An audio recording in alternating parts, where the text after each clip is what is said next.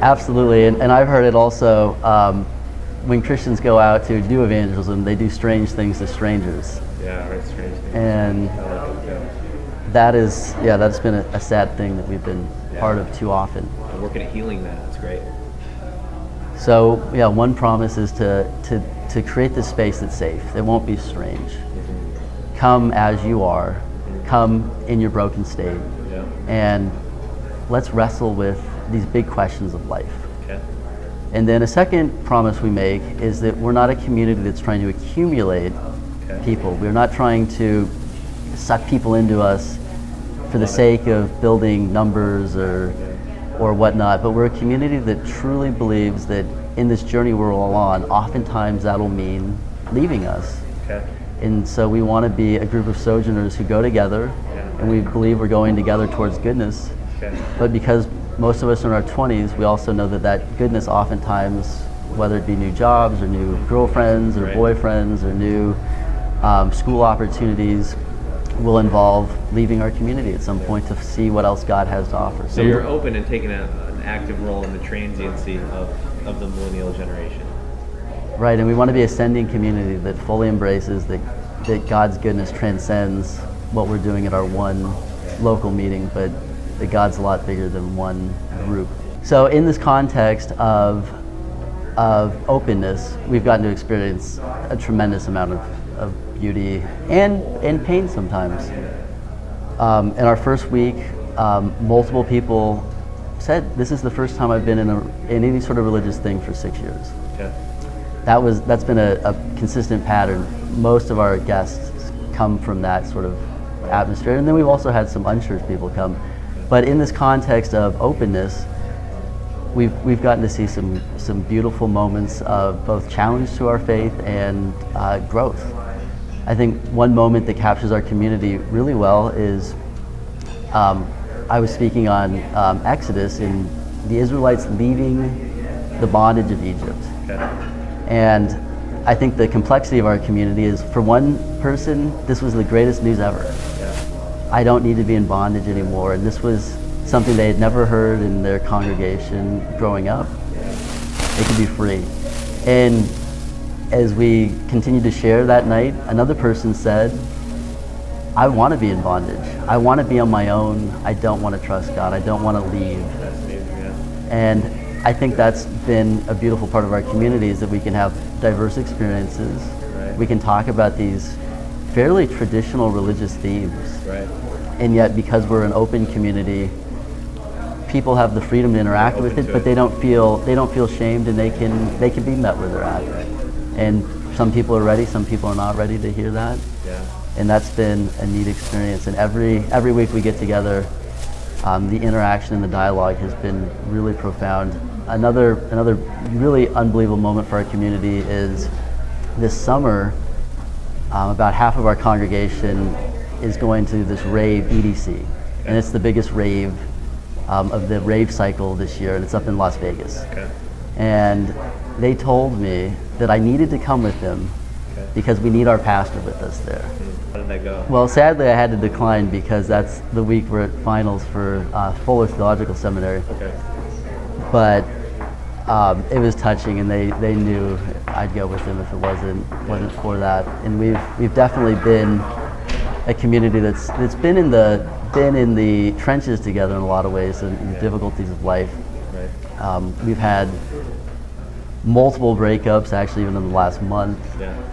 And we've gotten to experience that hardship together, and the realness and the rawness of those emotions. Yeah.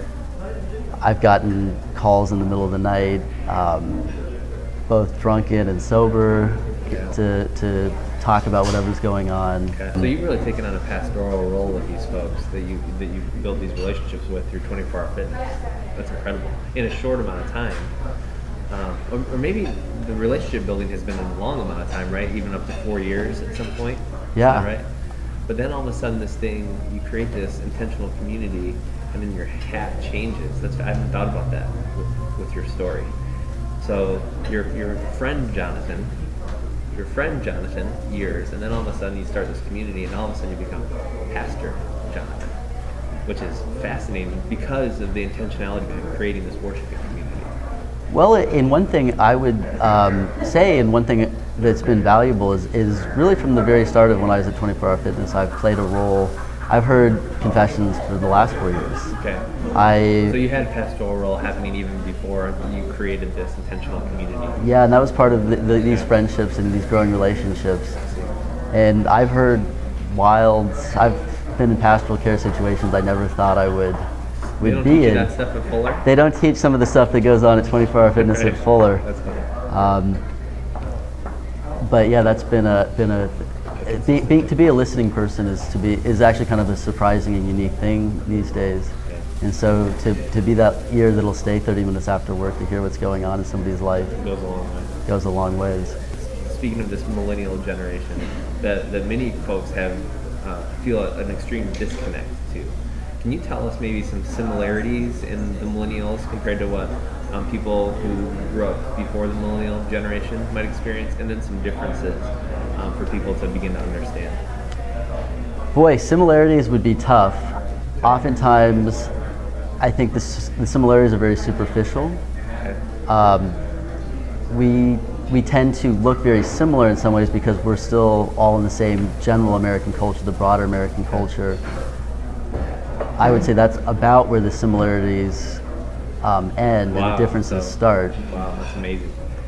I think when we think about the shaping influences of our generation, we're a generation that grew up on AIM. Yeah. We grew up online. It's AOL Instant Messenger. Instant Messenger. Yeah. We grew up with text messaging. I think something like 90% of millennials go to bed with their phone on so they can be woken up by text messaging.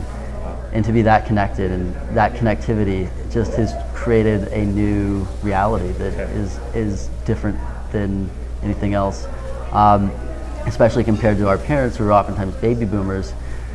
In 1980, there were still only 6 TV stations. Before 1980, there were only 3 TV stations. Now there's 800 stations.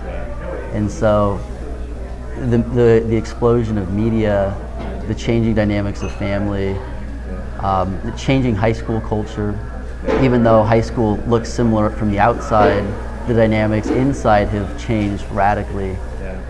And the nuances of that are somewhat complicated, but a lot of people would say the only ritual left in the high school is the house party. So red Dixie cups and underage drinking are that's the ritual of a generation. And that's actually one ritual we borrowed from. We serve everything in red Dixie cups at Crush just to harken back to our high school rituals and community. In some ways, it's the high school house parties.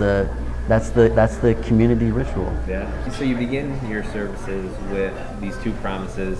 Then you do some preaching, and you have some quiet, and you have some conversation. What does that look like? How does this thing end, and why is that important for what you've created? Well, our services end listening to each other. Okay. And I think that's been a profoundly important part of our community. And what we have developed this practice of doing is actually passing around a surgery needle from my brother's wrist. He tore 2 ligaments in high school and had to have 2 surgery needles holding those ligaments together for 6 months his senior year. And we really walked through that journey together. And so at the end of that, when his wrist had healed, he melted those into 2 circles to show that he'd been healed. These things that had ruined his senior year had also healed his wrist. And he gave me one as a symbol that we had gone through this really hard thing together. Beautiful. And so how we end every Crush service is we just pass around this surgery needle.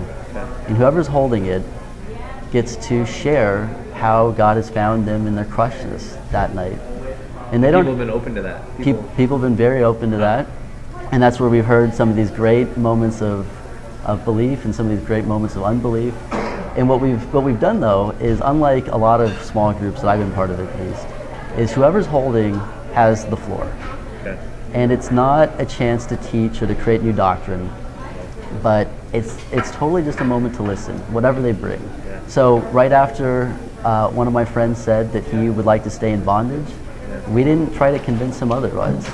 That was his choice, and that's the rule of the community, and we gave him our ears. It's almost like this generation has been talked at for so long that to give them space to where you'll listen to them, not talk at them, has been very freeing in itself. Right, to create that conversation, and to create a conversation where we don't hold all the answers. We're not trying to direct people. We're trying to actually converse with the possibility that they might have something that we don't know. It's great, yeah. And so that's been a very powerful part of our communal expression, to be this community of sufferers on this journey together, sharing these moments together. So this is a prime example, I think, for our presbytery as to how different worshiping communities can bud out of different churches. So if folks want to get a hold of you, what's the best way for them to do that? If you want to reach me, my email is bigbarks, BIGBARKS 17 @fuller.edu. Thank you for sharing some of your story. I hope that folks in the presbytery will contact you and learn more about this. And yeah, bless your journey, pray multiplication upon it. And that as you all continue to grow in community together, that you can continue to reach more people around you in your community as well. It would be great.